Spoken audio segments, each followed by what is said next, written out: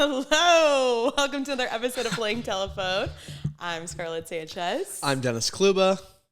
Actually, that just reminded me really quick. As you said your name, Yeah. a number one listener of ours, Regan Mercasa, Shout out. was listening. She always has something to say about my shit. First, it was Dennis does this thing sometimes where he chooses ice in talks. I just breathe loud. I can imagine. I'm surprised you've never commented on how annoying that is. I listen to myself. It honestly shocks me too because I usually call you out on a lot of things that you do, and that's something I keep to myself. You care about me? So What nice. did Reagan have to say? She goes, "Do you know what I just never get sick of?" Oh God. She's like, "Wouldn't it be an episode of Playing Telephone if Dennis doesn't say his name? Dennis Kluba?" Oh, I have an up. Yeah, you go up. That's fine. No, it's not a bad thing. She was just like, "Oh my God, do you know, I was just listening to the intro again, and you guys say the same thing." I'm like, "Do we need to switch this up?" She's like, "No, it's just funny. He says it the same way." Dennis Kluba. And I'm like, "Hi, That's welcome to another cute. episode." That's cute. Yeah. Anyways, thanks for listening every single week. Love Thanks, that. Reagan. See you soon. Oh my gosh. Frothing at the mouth to talk about the Grammys. The Grammys, Your favorite. my favorite award show. But we've been weirdly covering award shows more This year has been good. I know. It's been juicy. It has. But the reason it's been juicy is because of the goss, the exes, the Taylor Swift. The main girl. I was going to say the main really, G. what's been serving us so much of everything this year, your coveted person. Has she that really? You're sick of hearing about. No, I'm not necessarily sick of hearing Some about are, her. though. Yes, completely. I'm Has not. she been, I guess, obviously Grammys, yes. But I guess in past, she hasn't done a ton of soundtracks like she did this year for Barbie. Yeah. Not for Barbie. Why was Taylor Swift at all the other awards? She's Taylor Swift. No, she's not It's always at because she them, did though. the Eras tour and that got nominated for. Okay. Yeah. Which That's what I also meant, went sorry. against Barbie. She didn't win that award, though, which is why we were like, "Oh, did she leave early because she didn't win?" No, she just... But that's why I was saying Hates that's Joe why she Coy. was at all of that's why she was at all of the award shows this year. Yeah. And really has created so much buzz, right? Yeah. But also, she just constantly hits every single avenue of different genres, different topics. The NFL has been big for her this year. Yeah, it's a marketing play. Exactly. Actually, Trevor Noah at Also- the Grammys brought that up. He was like, "Oh, as she walks by your table, the economy is growing." As she touches you. Lionel Richie, Lionel Wealthy now. But yeah, the Grammys. What were you going to say? Oh. Sorry. I was originally a bigger Taylor Swift fan than you. Can we acknowledge that, though? I don't want to hear that. When? Oh, because you love folklore? Yeah. Okay. And Evergreen. What's the other album? Okay. I thought you were going to forget it. Evermore. But for a second there, you were not bought in. And I now was you're not- the biggest mega fan ever. And I'm like, okay. Okay, so you think Bandwagon. you think I'm fake? Bandwagon fan. You think I'm fake? You're kind of a bandwagon fan. No. You liked her before. I've been to 3 of her concerts before this. That therefore at least solidifies me into fandom. Yeah. I never consider myself. Wolf.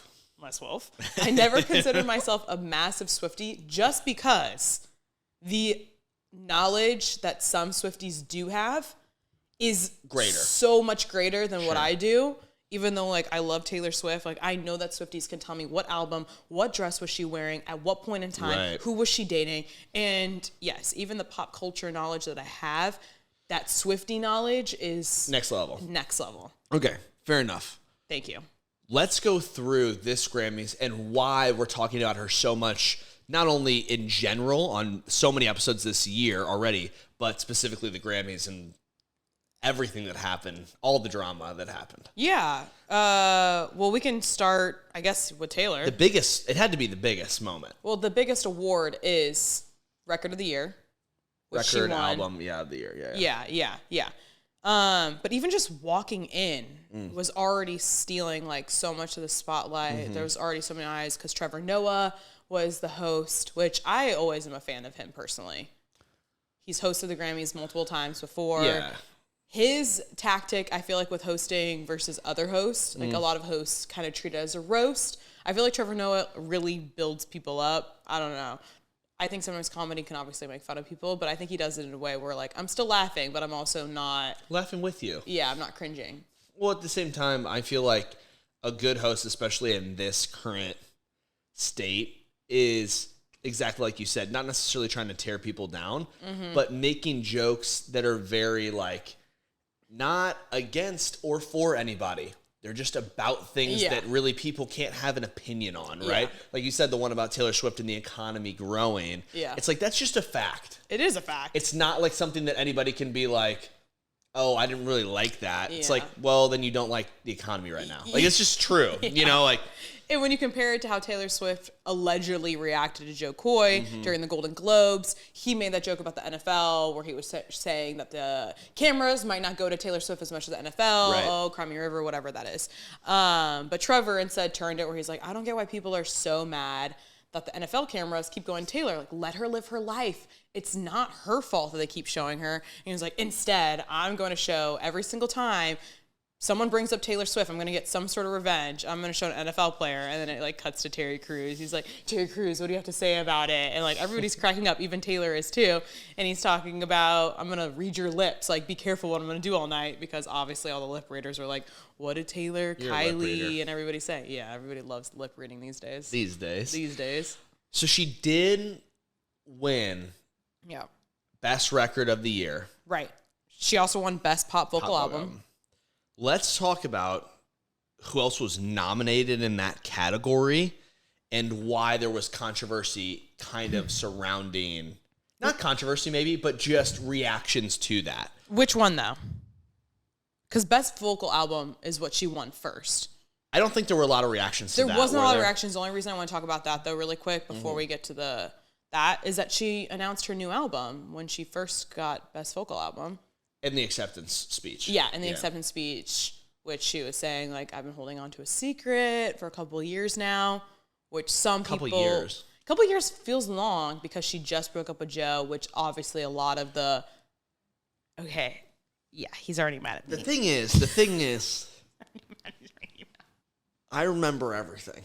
And this year already, I'm telling you, there were times where you were like, Joe and her broke up so long ago. Like, you were like, that happened not 2 so years long ago, though. I think much earlier than when it was announced. Yes, there's no way. But you literally said... When we found out... You literally said, I know she just broke up with Joe. That's what I used to say. That's what I was saying when her and Taylor or her and Travis were getting together. I was like, this is really fresh. This is like a lot. And now, and you're like, no, like it's been so long. And so I'm just saying, you shift on your stances on timelines, all even though I'm they're saying is Dennis holds grudges, and timelines are in stone. I can't say people change. Okay. Okay. But even if she's been holding on to this for so long, you're saying the same thing, though. We're saying the same thing. Okay, keep going. But even if she's been holding on to this secret, quote unquote, for so long, they only broke up in. I mean, last summer. Yeah, like spring or whatever. No, because spring was when Joe got seen out for the first time. It really happened 2022 Christmas time. Okay. Right? Well, but what I'm saying is, don't you think? Because 2023 was when her and Travis started together. And the first time we saw Joe and Taylor out separately was like 2023 spring. Yeah. Yeah. Right? That spring. Timeline adds up. Spring. Right? Spring. But after 6 years. If she was holding on to this for a couple of years, she was not holding on to it for a couple of years. The secret? The secret, maybe, but not her and him breaking up. No. I'm saying these songs. Okay. That you'll get into. Mm-hmm. A lot of them seeming to be, because she dropped the whole soundtrack list. A lot about potentially Joe. Mm-hmm. How much of this was written or being thought about during the relationship? Which brings up the question. I love a point. Go wide on Scarlett with a point. Which brings up, maybe she was out of the relationship a little bit sooner and started writing down a few lyrics. Also, not the entire album is necessarily going to be about the breakup. Some of it might include some of her love towards Joe, and maybe we'll see the full love and the whole shift to the breakup and then how he made her feel after the fact. Right. I like that theory. Art. her literal like game plan formula for every album that she writes. Yeah, of course. It's been thought out for years. Easter eggs. I'm gonna put you in some shoes. Joe's, I imagine. Mm-hmm. Here we go. I get that you're dating an artist, or you did date an artist, right? Right. And we talk about how amazing it is that Taylor's able to jump into those scenarios and kind of those past relationships and kind of bring herself to write about those feelings, even if she's not feeling them on a day-to-day basis, right? Yeah, talent. At what point do you think that Joe thought that the worst was behind him? No, he knew an album was coming. Because I thought there were multiple songs, I felt like, from Midnights that referenced him as well. Yes. You know, like in part. And then he also got Lover, too, which was really showing Lover was a good their peak of their relationship. I know, but I'm saying at this point, I thought Midnights was kind of the fizzling out of their relationship. But now that there's another one, if I were Joe and I'm seeing all this stuff going on now on the soundtrack list, I would be like, please let me go. Please leave me alone. No. What are you saying? No, I'm saying he had to have known this was coming. Okay, it's fine. Joe's gonna be okay. I'm not worried about Joe. You should be. Oh, you're worried about Taylor? I'm not worried about her either. I'm not worried about anybody. When I'm worried about Joe. Ends, it's okay. You would worry about Joe. He's had 3 albums, taking him through a roller coaster of emotions. Okay, Lover, I would be ecstatic about. Yeah. Thank you for writing that, babe. He was on So Long, London. He was on credits on what album? I know. Good for him. Writing partner. Congratulations. And now she's You're welcome. And now she's tearing me down? She's not tearing him down. You name the track lists. Okay, So Long, London. That's not bad. This one might hurt a little bit. The Smallest Man Who Ever Lived. That one's my favorite. Can you imagine breaking up with someone and it's like, but how bad could it have gone? They were together for 6 years. That feeling seems so harsh. And how little can you possibly feel, though, sometimes? What? How? Just because you're with someone for a very long, extended period of time doesn't necessarily mean it was all good. Sometimes you stay even when you should maybe go. I don't think, I agree with that, but I would never call people that I've been in relationships the smallest person who knows? that ever lived. The smallest man who ever lived could be not as big of a knock as we're thinking. Feels pretty big. There's more. There's worse. Or not worse, but there's more. My boy only breaks his favorite toys. There's more. I don't know what that means. Not that one. But Daddy, I love him. Daddy. I can fix him. No, really, I can. That's hurtful. Maybe that's about John Mayer. Maybe that's about Jake Gyllenhaal. We have to remember that sometimes not all of these songs are going to be about Joe. But maybe think. Okay, also putting you in the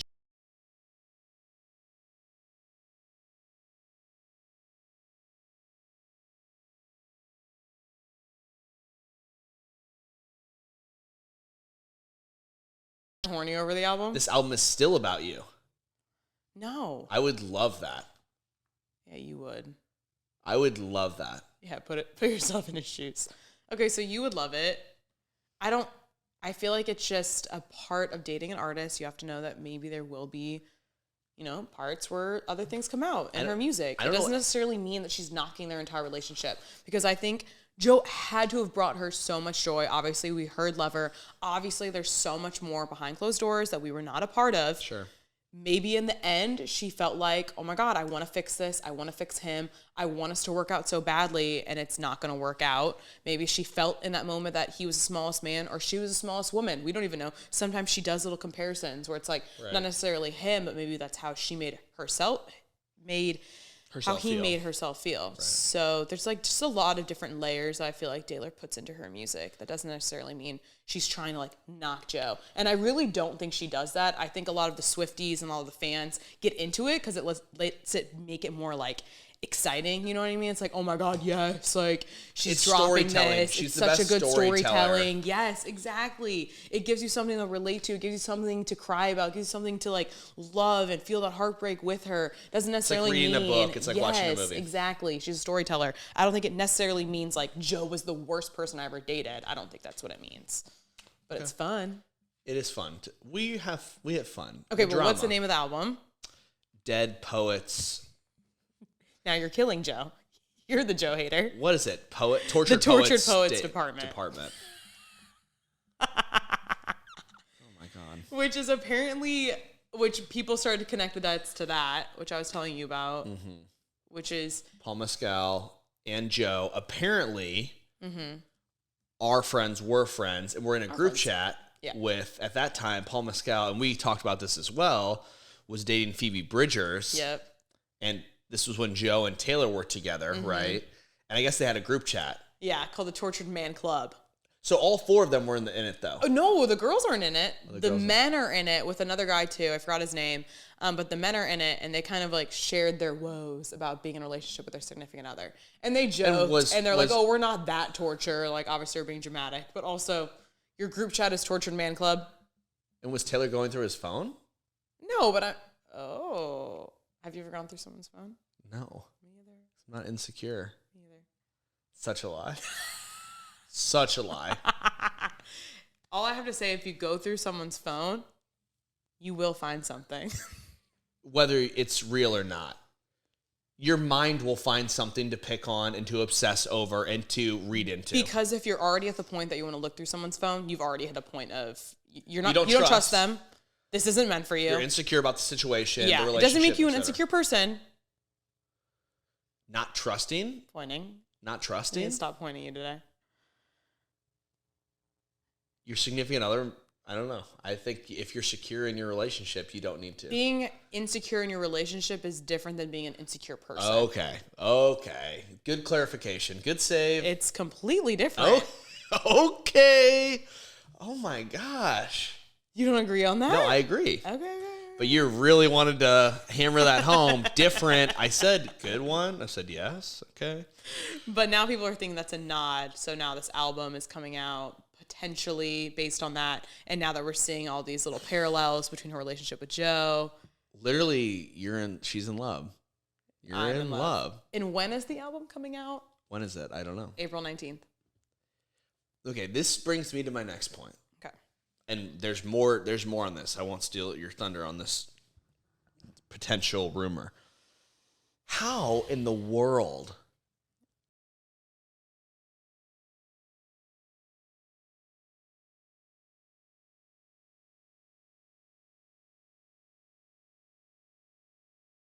obviously we know she's the most talented songwriter, and her and Jack together are probably one of the best producing duos that maybe we've ever seen, right? Yeah. But I'm saying that I know that she's superhuman and her team around her is really good, but isn't this crazy? No, it's wild. And is it not like, I feel like to her credit, she's putting so much effing pressure and raising the standard on other artists of like literally, I can only imagine if you were in that room, in the Grammys room, when she announced that, I'm sure people were like... Even when she won Record of the Year, that's what I'm saying. The reactions on everyone's face, it's like, it's expected, but like, I'm trying to be happy, but like, my God, we will never catch up to you. Yeah, but that's what I'm saying is like, everyone else has to be like, girl, when are you resting? Like, when are you not writing? When are you not in the booth? It's just one of those things that I'm like, is she the hardest working person in the room? Yes. Or is it that she's like, when she writes, it's that good? You know, like I think it's a combination of both. She's definitely a hardworking person. I mean, you can see that, and the way you look at like some of her behind the scenes and some music videos. She has an opinion for like the way you just touch that cup. She'll literally move someone's hand and tell them like, this makes more of a meaning. It'd be a nightmare dating her. Oh my God. She'd be reading and everything. Tell that to Travis Kelce. He seems very, very happy. You could yawn or like let go of her hand to like literally readjust, and she'd immediately... He drops my hand. Right. That's why I'm not a songwriter. I literally went up to go change my shirt. She's a beast. I mean... Yeah, no, I said that. Yeah. I gave her all the props. I gave her all the credit. I'm yeah. just saying that's incredible. It is seriously crazy. Because Midnight's came out, a year ago? Very recently. Yeah. And also on top of that, she's been doing Eras. When do you have the time? But maybe when you're on tour, you kind of have time. But like she said, it's been 2 years in the making. So she's been writing this. She's been working on it. The funny thing is, too, is that I think this is a callback. I was joking before the episode about being in the studio when she was in New York, when it was her rumors of her, Matty Healy, and Jack Antonoff, and they were all in New York, and they were going in and out of the studio. I bet really this is what they were working on. Yeah. There's been a lot of like photos of her going into the studio, which is clearly now we know what she's been working on. We knew she was working on something, but I think a lot of people have had the conception? Yeah. The idea that she's been working on Reputation and re-recording that. That's she's what I thought. also supposed to be dropping that soon, which I bet you she'll drop that either before or right after. But that's what I'm saying. How the... She's spending hours in the studio. That's the benefit of long distance. What's the benefit? Hey, if you're doing long distance right now, get your ass in the studio. I mean, you can work on yourself and like still have a relationship. Get your ass in the studio. Would you like it if you were long distance and your man was in the studio just singing his heart out about his ex? Yeah, like how does Travis feel right now? You have to, again. It's established. You know how she operates. Yeah. I think it'd be hard for me to date somebody that almost used Taylor Swift as their be like, yeah, I'm just like Taylor. Like I think about my ex or I talk about my ex. It's like not the same. I'd only have a problem if it's evident that you're writing the songs and you're still living in that moment. Right. And you're still in love with your ex. Then I'd be like, oh, so you're writing Lover right now about Joe rather than The Smallest Man in the World. Yeah. You know what I mean? It just depends. Because the way she's talked about some of her songwriting, she's like, I have to really physically and mentally get into that moment. Yeah. Where if she's like constantly like dwelling on her exes and her past relationships, I'd be like, okay, we need to move on. You know, like, can we be present? But clearly she knows how to compartmentalize all of that. We hope. We hope. We don't know, but I'm assuming. It seems like it, the way she talks about her albums. But Holy cow. So she wins Record of the Year. As well, yes. Which Record of the Year was, we talked about this, the producers, everyone was involved. Yeah. And so she already accepted Pop Vocal Album of the Year, which is when she announced the new album, Tortured Postcard. Now this is Record of the Year, which is the biggest award, right, at the Grammys. Outside of some other ones we'll talk about. Yeah. But when this happens, the people that she was up against in that category, to name like a few, were SZA was up for Record of the Year. Lana Del Rey. Lana Del Rey was up for Record of the Year. Whom else? I think Miley Cyrus too. Yes, exactly. Yeah, no, I mean, when I saw all the people that were being nominated, I was like, could be Billie Eilish, could be you. It was like, could be you. I was just thinking stacked, fully stacked.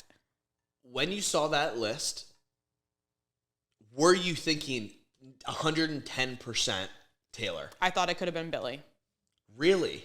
Thought it could have been Billie. I was assuming it was SZA. Really? I mean, she's had a massive year. Massive year. Yeah. And that album is insane. Yeah, yeah. That I was like, and to be honest, I was like, if this is the year that it's not Taylor, it's this year. Okay. And I get it. There's been years where it hasn't been I get her. it, Pop Vocal Album. But sometimes she doesn't show if it's not going to be her. True. I feel like that one year when Billie just wiped the entire thing. Was she there? I don't know. She was there. I don't think she was there. But anyways. I get Pop Vocal Album because that, I think Midnight's truly was a pop vocal album. But when it came to Best Record of the Year, I did not peg her as like, she's an out and out winner. She's going to, there's no competition. It was a stacked category. Yeah. She wins. Yep.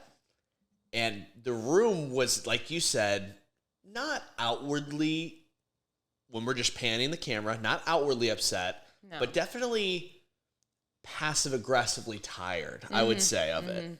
Would you say that's fair? I think so. I think some of the facial expressions were a little bit like, oh, yes, okay. Makes sense, but this loss hurts a little bit. I just, from my perspective, of all the Taylor Swift albums, this wasn't one that I go back to a ton. And maybe it comes in waves. Yeah. But it was personal for me. Yeah. Do you, like we talked about this the other day, do you feel like... I still think she deserved a win. This year? Yeah, I do think so. But has she had other albums that I've loved more? Like, I mean, Reputation was just like one of my favorite albums. But that doesn't necessarily mean she didn't deserve it this year, right? It's true. So, I mean, that was big. And then she goes up to the stage, and she's sitting with Lana Del Rey. So she yanks her up to the stage with her, which Lana was also nominated, but she also has a song on this album, Midnight. She's helped co-produce the song. So, but she's like dragging her up, and it's kind of awkward. I thought it was awkward. Yeah. Did you think it was awkward? I thought it was kind of awkward. And Lana's like, I don't want to go up with you. But also I'm thinking you're just like so overwhelmed with all these emotions that she runs up. She wants her best friend, like one of her closest friends up there. They are very good friends. They're sitting at the same table. But then she hugs like people on stage and everything. And Celine Dion, who by the way is a legend in her own right, publicly battling though stiff person syndrome. She's barely been seen out in public. And this is such a huge moment. She got a standing ovation, right, for her coming up on stage. Everyone's like, we are so happy to see you here. Taylor Swift hugs everybody on stage, grabs her award from Celine, and just starts, thank you, everyone.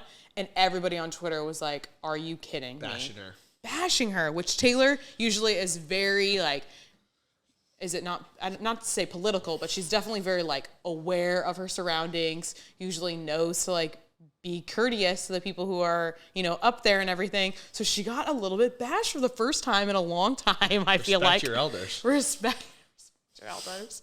I mean, yeah, I guess so in a way. But people were really upset that she kind of didn't give Celine Dion the time of day in a way. Because sometimes, like, thank you, Celine, for giving this to me. Obviously, they're not giving her the award. It's the Grammy, the Recording Academy. But people felt like she really kind of disregarded Celine in that moment.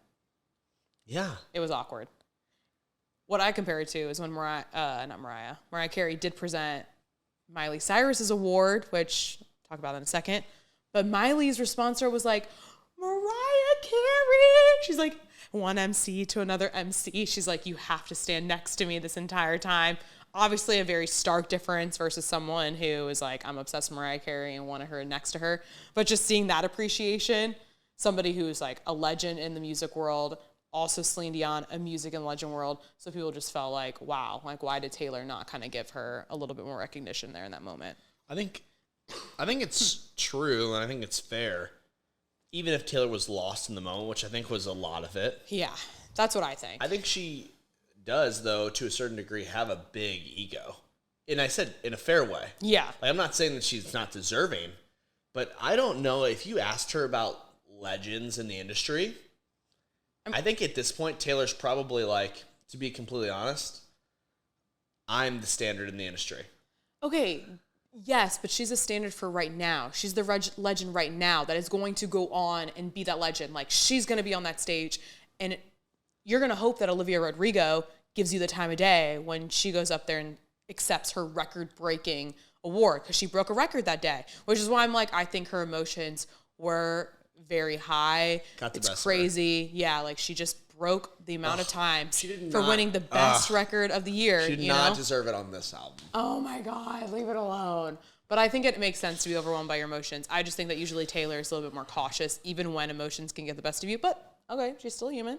But then there was a photo that came out of Celine and her backstage hugging. Obviously, maybe Taylor's PR team got wind of that. Rekindling. Who knows? But either way, she still was like, me and Celine are completely good. Celine and her were completely good. It's not like this is a feud or they're beefing in any way. It was just an awkward moment of the Grammys. I've not known Celine Dion to be that warm either, though. I mean, yeah, I wouldn't be like, oh, she's super warm, but I think Taylor is. Yeah. Yeah. But anyways, that was kind of a interesting little moment. It was. That being said, though, so later on in the night, do you want to talk about Miley or do you want to talk about... Miley is the first time she's winning a Grammy. Yeah. We can talk about her. She won 2. 2! So the first time winning a Grammy, and she also performed. Yes. Which was really cool. Right and she after winning her Grammy. She won for Flowers as, what was it? Is it best vocal, for best pop solo performance? Yeah. Mm-hmm. Yeah. She had a bit of a speech. What did you think about it? The butterfly. The butterfly one? Mm-hmm. I thought that was cute. I think that is just, so basically she talks about the story about a boy who got a butterfly from his butterfly net and tried like hard to catch his butterfly, but was always unsuccessful. I mean, that's kind of the classic story. When you stop waiting or wanting things so badly, it comes to you. It always comes to you. Was it a little bit cliche? Yeah. Grammys. Yeah, but also it is... yes, it's a very cliche stereotype in ways that like, oh, once you stop looking, sweetie, you're going to find him. You know what I mean? Once you stop pushing so hard and wanting that Grammy so hard, it'll come to you. But I do think that it is, I mean, there's a reason people talk about it all the time. And when she stopped caring, I guess she ended up winning 2 Grammys for the first time, which is nuts to me because Miley Cyrus is one of my favorite artists. We know. That you cried when you met her. The fact that she's just now winning a Grammy is nuts, okay? Anyways, stop it. Dead Pets did not deserve a Grammy ever. But still, I was really excited for her in that moment. So yeah, did she have a little bit of a cliche speech in that moment? Sure. But We'll allow it. We'll allow it. Mm-hmm. But then when she came up for her other speech, she won another award, second Grammy. She thanks everybody on stage. Right. She goes through Tish. Her mom is sitting at the table. Brandy, her sister, her boyfriend, Mac. She's like, thank you to my family. Thank you to my mom. Thank you to my love. Thank you to my gays. And somebody she leaves out is her dad, Billy Ray Cyrus. Billy Ray. Achy breaky heart. Everybody really kind of noticed that moment because their family has been kind of feuding recently. Obviously, her parents got divorced recently. I guess it's almost been a couple years the fifth now. Time. Yeah. Okay. Not actually, though.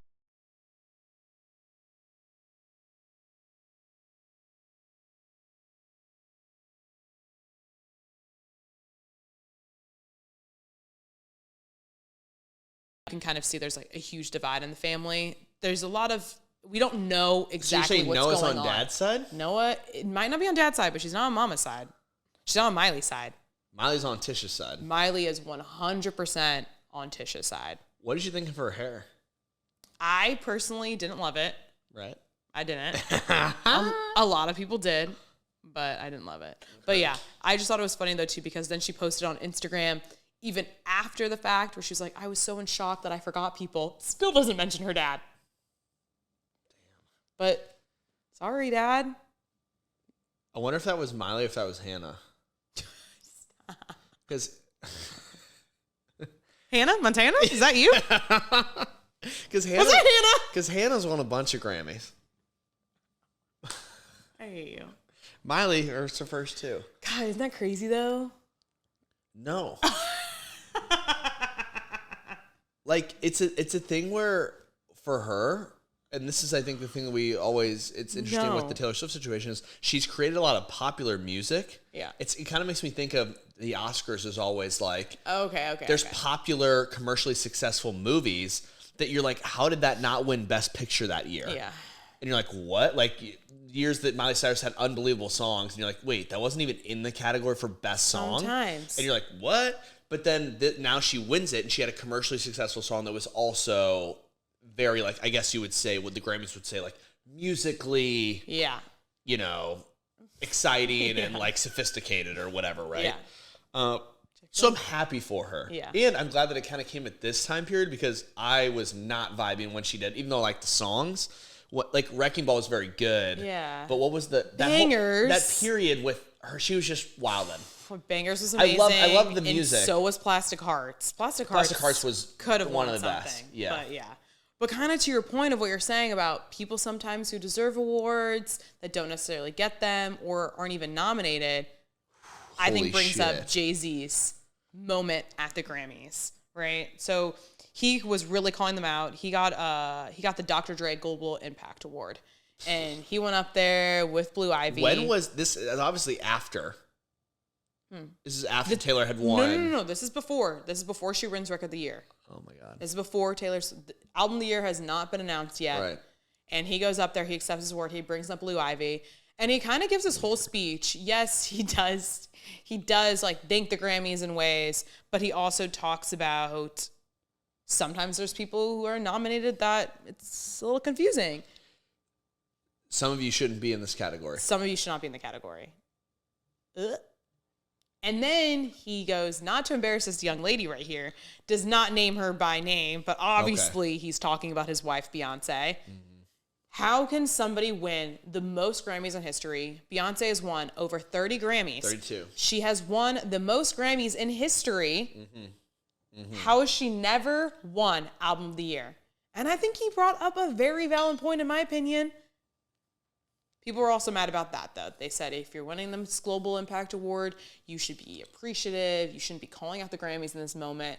But in my opinion, that was his time to speak what he needed to say. I still think he was very appreciative. I think he still acknowledged the fact that, like, this is why I'm here. Thank you all for supporting me, my fans and everything. But at the same time, I'm going to take this stage and recognize the fact that why is my wife, who's the best artist, one of the best artists in history, and I can say that because she's won the most Grammys in history, but has never won the biggest award at the Like Grammys. he said, the thing that was the most true is that it just doesn't add up by your own standards. Yeah.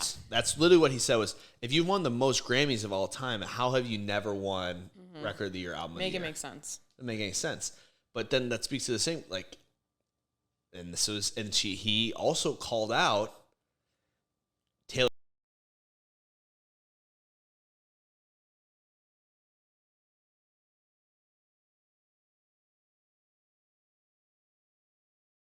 It is, and he said music is subjective, and he understands that, which music definitely is, which is brings us to the same conversation. Who's deciding these things? I think We never know. We don't know. I mean, we do, but like it's the people on the Recording Academy, and it's a group of people. But Well, and what about like the thing that is interesting to me about the whole Beyonce thing is it's not like she has lack of funds. What happens is same thing with movies. I'm almost positive is lobbying. God, I hope not. It's so true. There's money that's being thrown around that you're lobbying for things. And it's not, but the thing is, that doesn't make any sense if Jay-Z and Beyonce don't have money. Yeah. Well, no. They'd be able to lobby. But also, you're in a room of wealthy people, really. I mean, decently wealthy people who potentially have Not the these judges aren't possibility. that wealthy. They're not as wealthy as Taylor Swift and Beyonce. Yeah. I'm just saying, I don't think Taylor Swift is paying for her wins. You think she is? I don't think she's paying for her wins, but I think that somebody's in somebody's pocket. Mm-hmm. And I don't understand how Jay-Z and Beyonce aren't in somebody's pocket. Yeah. I mean, And how was Renaissance not even nominated? yeah. That's crazy. No, I mean, I think it was completely, I mean, she sat there during Record of the Year and I was like, okay. And then Taylor wins.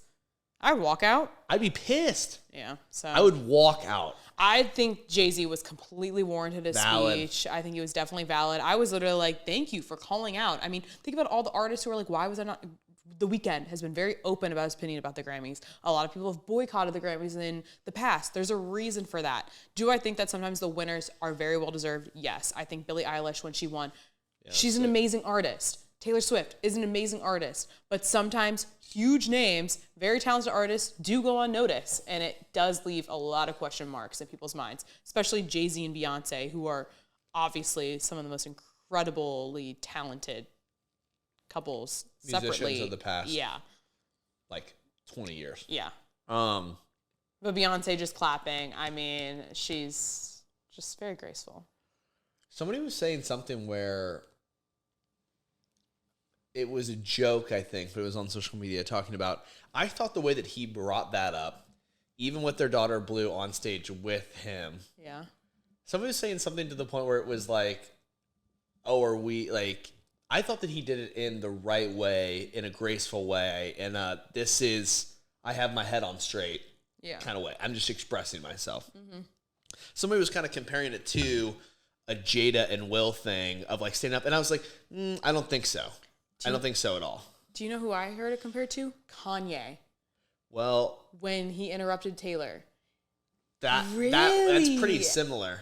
It is the exact same people.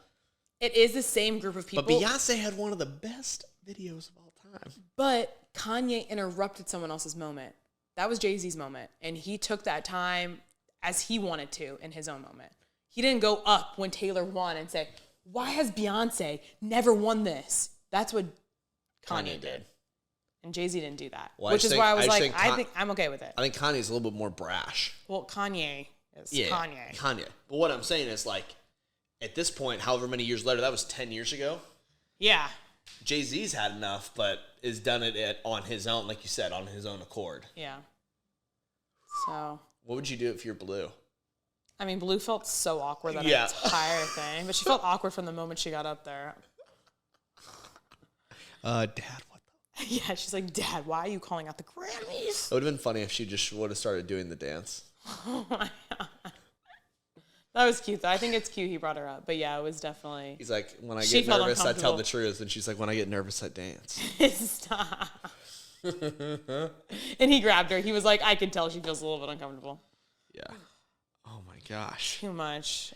Should we go through snubs? Or not snubs? No? There's nothing in there that you're... No. Okay. No, nothing? Okay.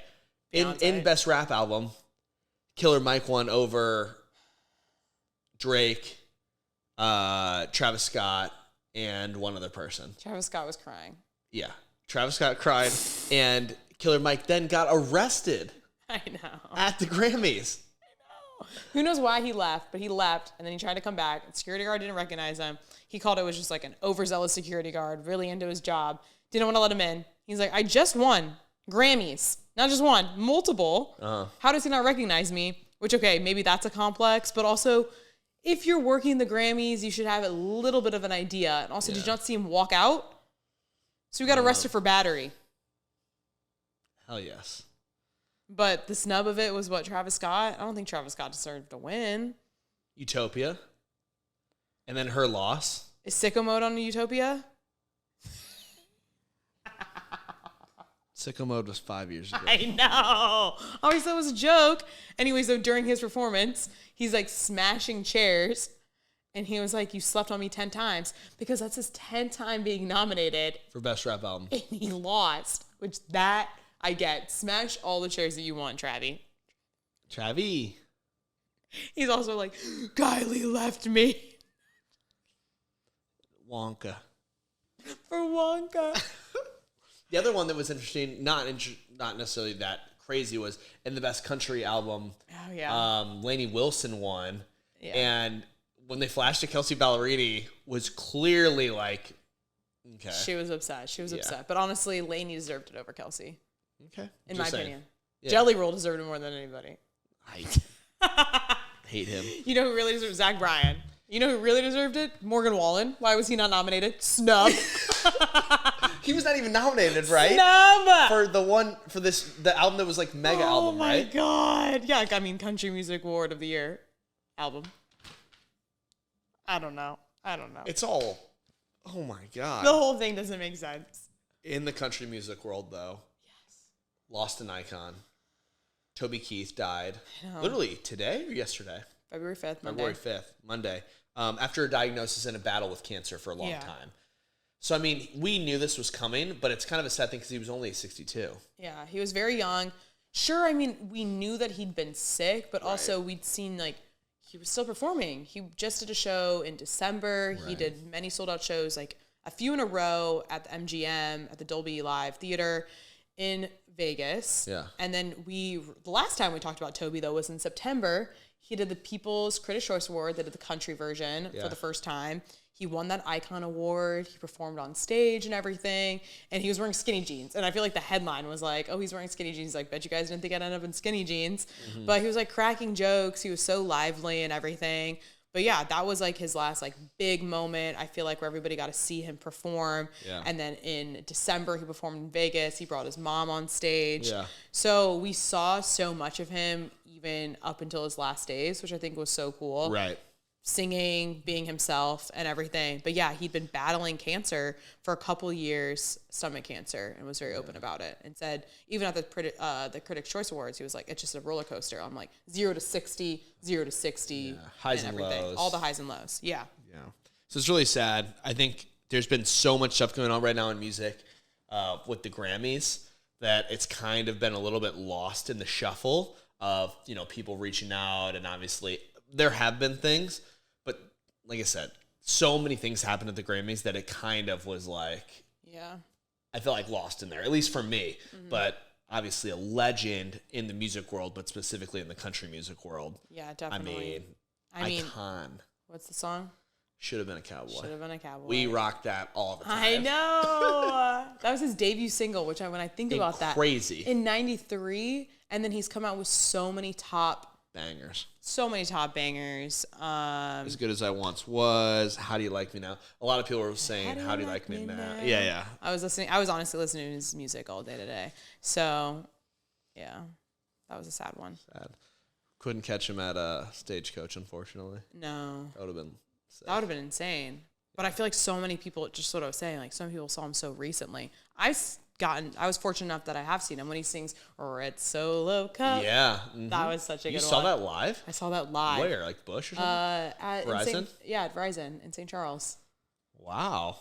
Did you guys have the country pass? Yeah. Yeah. You didn't? Yeah, you did. No.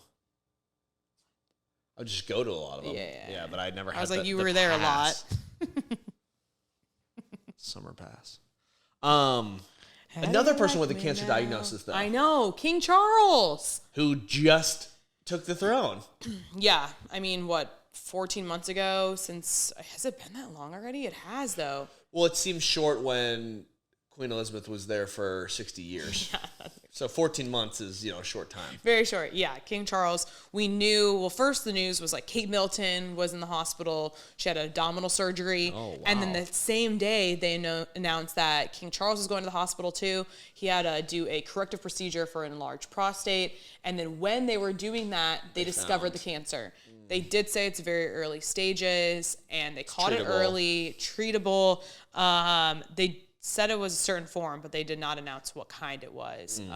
But yeah, so they announced that, and he called his sons, obviously Prince Harry and Prince William, to tell them the news before Buckingham Palace announced the news to the world on Monday. Yeah. Yeah. And Harry actually came. Yeah. Strange relationship, obviously. It's weird.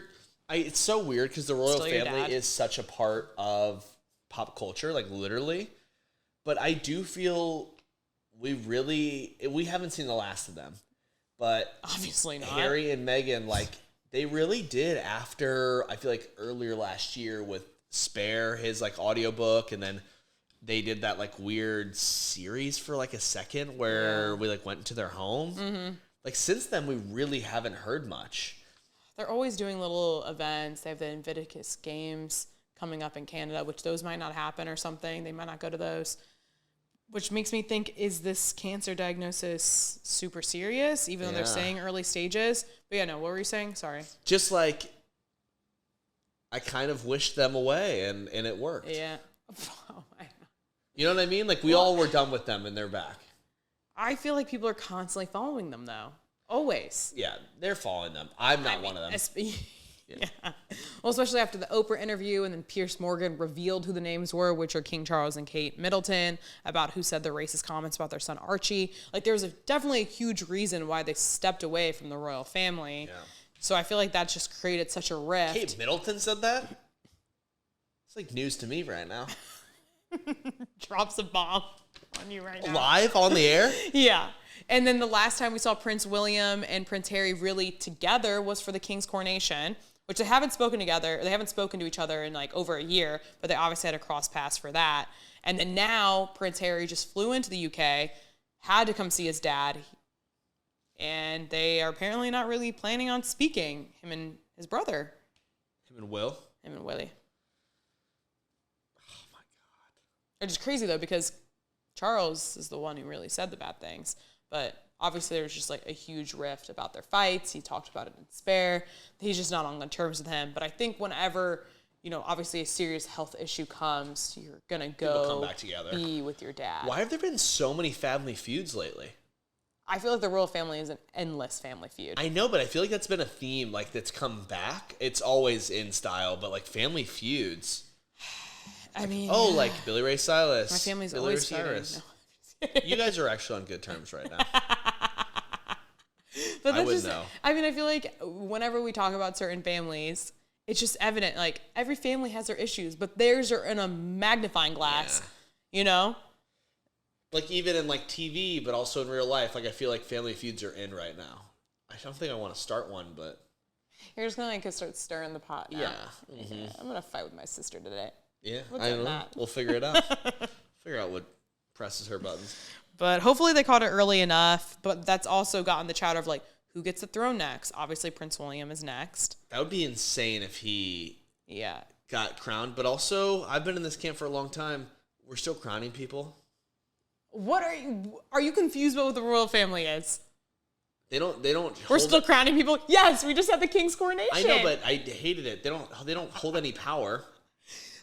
Yes, they have their royal duties, which are taking care of Buckingham Palace. Yes.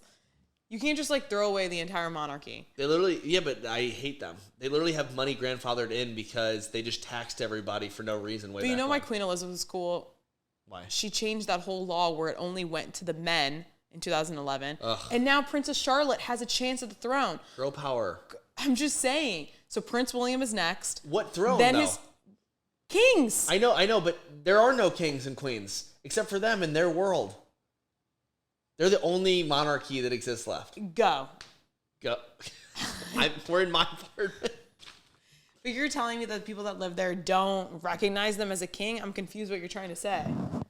My sister... Okay, you have a good outlook. Who lives in England, right, and is married to a person that is from England. So do they not have any? They don't care about them. Yeah, okay. It'd be like, imagine So I feel, just so what, America cares about them more, right?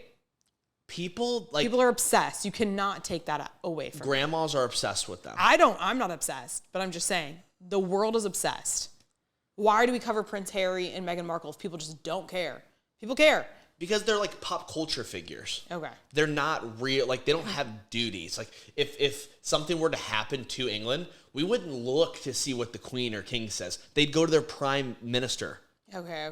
Like, that's their government. So when King Charles is stepping away from his duties, his sister is now taking on whatever those responsibilities are. You know what those are? They literally have to go make charitable appearances. Okay. They have to literally go like every year, like they go to Africa or like something like that and like do charity. It's like when Selena Gomez goes to Africa on Apple TV. It's terrible. They don't have.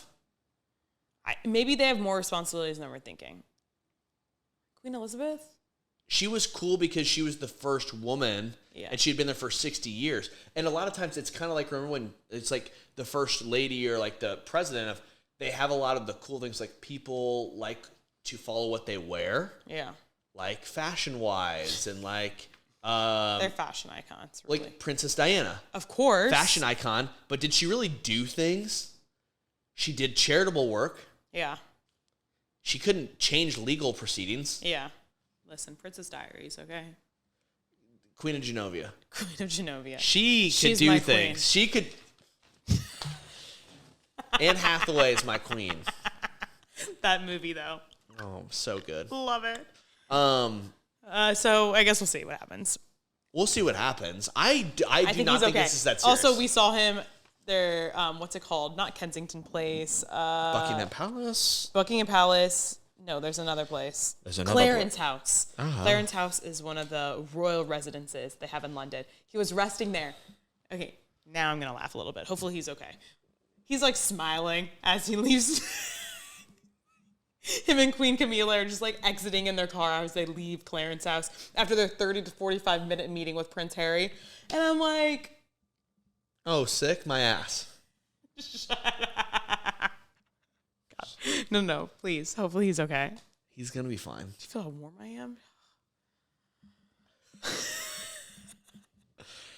Speaking of being in the hot seat. Yeah. Influencer. Tinks, who I feel like, I guess she's still pumping. Yeah, but she kind of fell off. She got a Sirius XM deal, which I think was big, but whatever. She's in hot water because her opinion on birthdays, and this is more for you and me. I couldn't really care. I want to know your opinion versus what Tink's opinion was. When you invite somebody to your birthday party, you make a reservation. She said that it's expected of her, you the person that throws the birthday party, it is your birthday, to pay for everyone else there. Yeah. And people did not agree with that at all. Yeah, people were very upset. I remember when that happened to me for the first time, I invited people to Right, okay. I invited people to come to brunch with me. And I was fully expecting to pay for my own meal. Absolutely. Okay. Yeah, your own meal. And not everyone's meals. No, but when I think about like my birthday dinners, my parents would pay. You know what I mean? Okay, when you were a child. When I was a child, like I would invite like a couple friends. Yeah, because did you have a ton of money? Obviously, 14. Like my 14. When I was 14, I was thinking about... What's it called? The hibachi place that we go to, Kobe. Yeah. Like I'd have my 14th birthday party there, and like obviously my mom paid for me and my friends to go there. It's a birthday party. It's a birthday party for a kid. For 14-year-old. Your parents pay. But I remember being kind of shocked, like, oh my God, you guys don't need to pay for me. You know, but I think as an adult. As an adult, and I think that it has shifted to this has become the new birthday norm, where the birthday person doesn't have to pay. But I think that's just because like friends have really been like, no, why would you pay for your birthday? And then you kind of give back to your friend once it's their birthday. It's just like a constant rotation of birthdays. So I think it does make a little bit of sense. Also, like at least for our age group, maybe when we're like in our further 30s, 40s, I would love to have a dinner where I'm paying for all of you. Like I want to. That's what I want to do. Yeah. Or at least different parts of my birthday. Like say if I want to do a party bus, like I'll pay for the party bus, but maybe if we go somewhere, like everybody can pitch in for dinner. You know what I mean? Yeah. I feel like you get to different points in your life where, you know, money is a little bit different. Exactly what I was going to say. The biggest differentiator here, you want to know what the difference is? Thanks. People that are rich and people that are normal people. Yeah.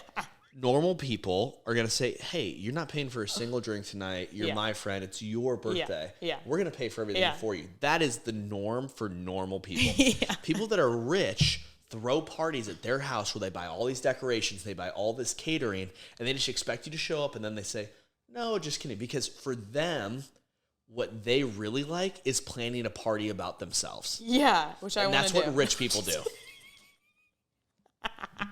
And that's true. But as a normal person, you all you want to do is spend time with people, and those people are like, hey, it's a reasonable amount. We want to pay for your food. We want to pay for your drinks. I think the only time that it is, maybe what her point is like they pick the most expensive restaurant possible, and they're like, I'll take my 10th drink. And it's like, okay, maybe you should pay for your bill, maybe? You know what I mean? If you're the birthday person and you're just going like outrageously insane, just expecting for your friends to pay the bill, that's when you have to draw a line. That's not okay. This was written in the fine print in my statement that I just made. You have to be friends with good people.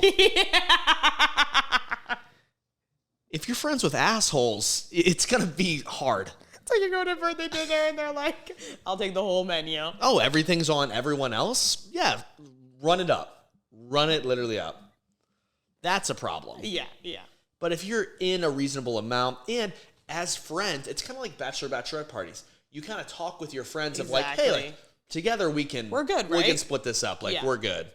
And, you know, as long as it's reasonable. Right. It's like when things are getting out of hand that then you're like, you guys all got to get together and be like, hey, we got to like cut the bill. You know, like, especially if you like open a tab at a bar. We talked about this the other weekend with Jameson's. It's like, if there's one card on hand, if you do bottle service places, you know, you better have somebody that just leaves and you're like, just so you know, we're going to take this off my card. Yeah. Seriously, get the fuck out of here. And I'm like, wait, you're not paying for all me and my friends' drinks? Well, that brings me to another point. You're dating somebody. Uh-huh. You take out your significant other for, I usually think about this in guys' terms, it could be anybody. You take out somebody else, and then they bring their friend along. Their friend wants to come. Maybe they're out of town. That's on you. Okay. I'm just saying. You don't think so? I would. I think it's nice. But I'm saying that it's nice. But it's it shouldn't be expected the norm. Every single time you go out. Like, just because you do it at your first meeting doesn't mean like, oh, me and Becky are going to come every single time and it's going to be on Dennis's tab. Here's the other thing, too. In that case, I'm not saying that's right or wrong. Can you give me a little heads up? Yeah. If your friend is in town and you're entertaining her and she's coming to dinner, maybe she's even staying at your place or with us. Yeah. I'll be more than happy to take the both of you guys out, have fun, etc. It's the times when maybe you've had a really long day and then your significant other reminds you, by the way, is it cool if so-and-so comes? Yeah. And you're like, no, I mean, oh shit, that's actually going to be another $100, another $150. You're like, no, that's not cool. I've had a long day, and this tab just went from $300 to $500. I feel like that mainly applies when it's like the first meeting. Like if my sister's coming out for the first time, maybe you should buy us around, and then my sister will probably like grab us all drinks too. It's being a good person. Yeah. The alternating. That's where things usually work out. Or when people even say, here's another thing that you should do. This is Scarlett. You should do this. Even if somebody offers to pay for everything, literally if you know that you don't want to pay anything back, or hey, what can I Venmo you? And usually if they're a good person, they'll be like, hey, like don't even worry about it. Yeah. But offer something. Okay. Offer. And just be like, hey, like, can I get you a drink? You know, like, hey, next place, can I grab you a drink? Because that'll be a fraction of probably what you just spent, but it shows the good faith of, hey, I appreciate you. Yeah. I'd really love to buy you your next drink, or like, can I Venmo you half of what, you know, something like that. Can I get the tip? Like, if you're never if somebody always pays and then you never offer to like do the next thing that's back. also the definition of a moocher. Yeah. I'm just saying, we're going through all the different people of who not to It's hang either out with. Venmo or also it's like, okay, maybe we went out. Yeah, and then next time I'm going to get the bill. I got you. Yeah. I appreciate that too. I always like that. But you got to say it. Yes, that has to be understood. That has to be understood. Well, and if you've known somebody for a long time, usually I can operate on with you and me. We usually Venmo or we switch off rounds. It's a 1-for-1. It's like, hey, like I got a lot this time. You'll get it the next time. Like we don't really worry about it now. We're not keeping tabs. But really? It's like, I'm literally like, wait, you she has like a bean counter over there. Nothing's worse than that Venmo though than that you weren't expecting. When they Venmo you, like 5.79. I don't get that a lot. It hasn't been since college, but you got that recently. No, I don't. That would annoy me. I remember one time it wasn't like a date, but one time I like shared a bottle of wine with the guy and I ordered the Uber. He Venmoed me for half the bottle of wine, $5.79. So you know what I did? I paid for that $10 Uber and I Venmoed him back $5.89. And he Venmoed me. And I was like, oh, would you look at that? I would just, and then in the comments, you're so poor. $5? $5. Sweet pea? What? And yeah. that was and how now long we're ago? Married. And he's my rock. He's my frugal king. He's my everything. Another one. Dates? Kind of don't worry about that. Even if like you're a little strapped, don't show it. Don't show it. You're literally sweating. That's fine. Sweat through it and get to next date. That's you though. That's sweet. Some guys are like, you didn't even pull out your wallet. I'm like, and? No, I'm just kidding. And? So? I'm a lady. I'll get the next one. I'm a princess. Not. Just kidding. All right, that wraps it up. I think that wraps it up, though. More updates at Playing Telephone on TikTok, Instagram, and full episodes on YouTube as well. Thanks for listening. Bye. Das Kluba.